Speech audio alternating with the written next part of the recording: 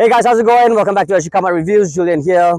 Singapore has got a lot of all-electric SUVs. So if you're looking for a sedan, it's going to be difficult. But now you're in luck because Hyundai has launched the all-new IONIQ 6 sedan.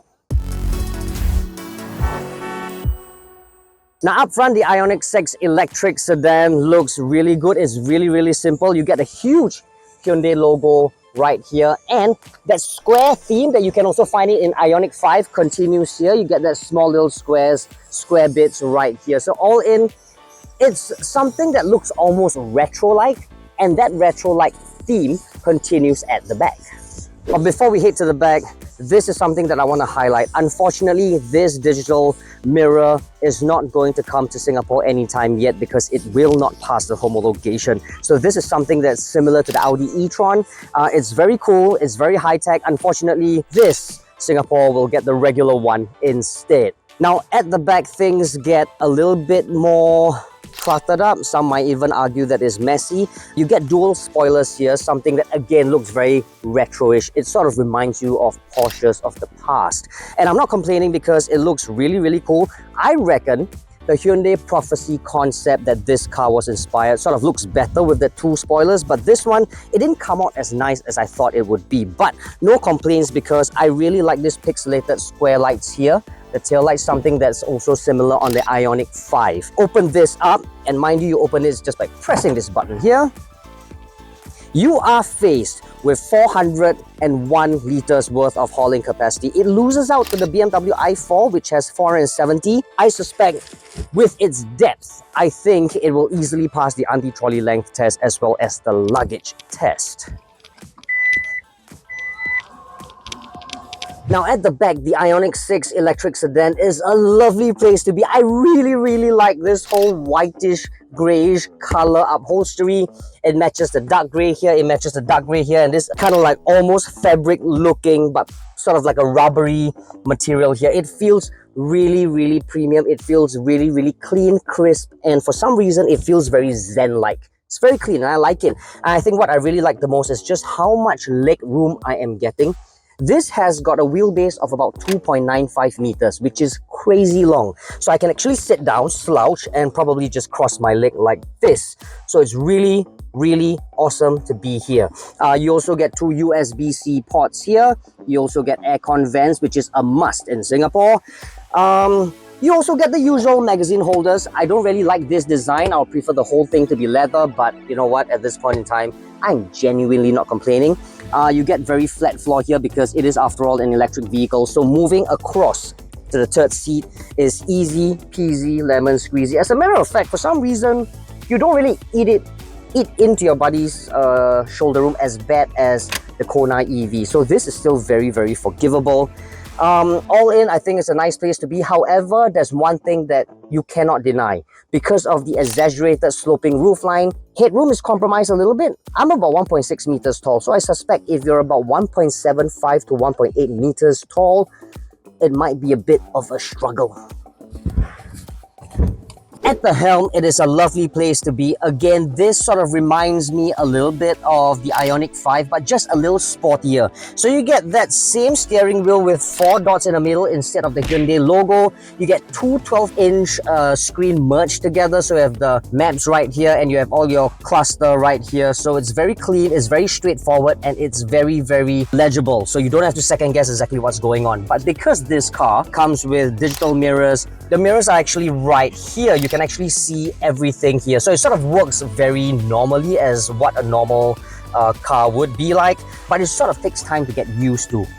Elsewhere, it's a very comfortable place to be. You have all the physical buttons here, which is always good. Physical buttons is a must, I reckon, so you don't have to toggle everything from within the screen. You have wireless charging here, and you have more space underneath here as well, so you can place all your stuff, especially for big water bottles, right there. Seat is very comfortable, and like the Kona EV, the gear lever is now here instead of here. It is right here, so you toggle between this two, between your P and D and R. This sort of clears up the entire center console, so there's nothing to adjust here, so it's sort of a good thing, I reckon. Only question is, can this car drive as well as it looks? I guess it's one way to find out.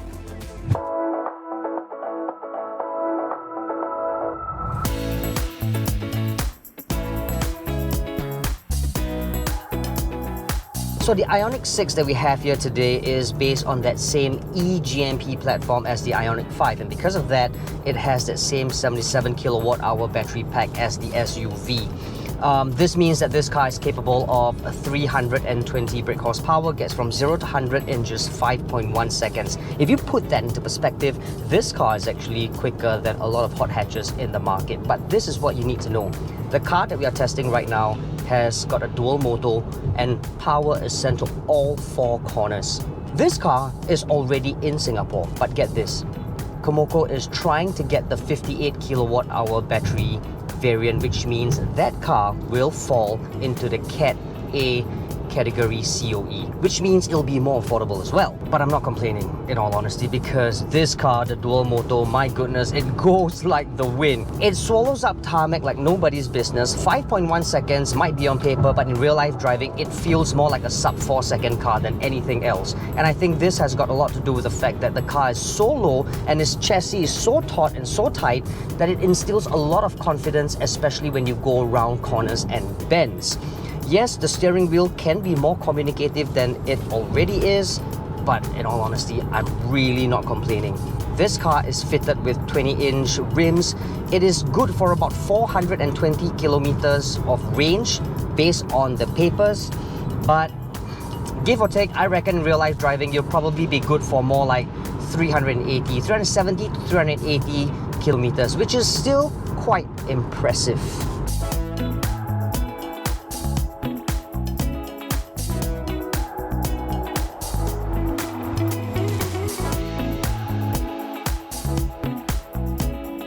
So the big question is this: is the IONIQ 6 electric sedan a will buy, won't buy, or go try? Now I reckon you should go buy the car. I will buy this car when it comes to Singapore.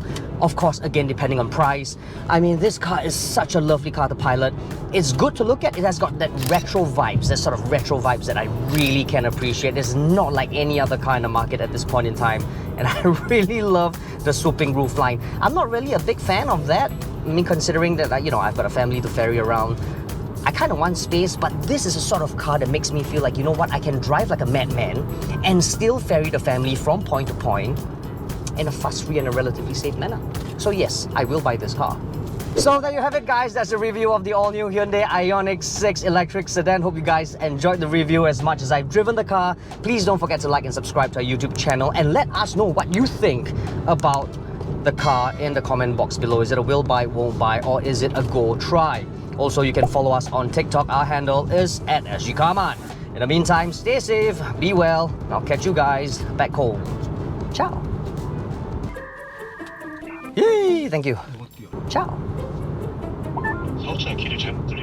Wow, that was perfect, man. Suddenly started talking.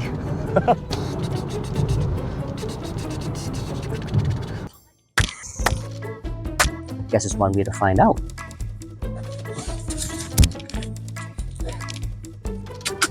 Okay, cut!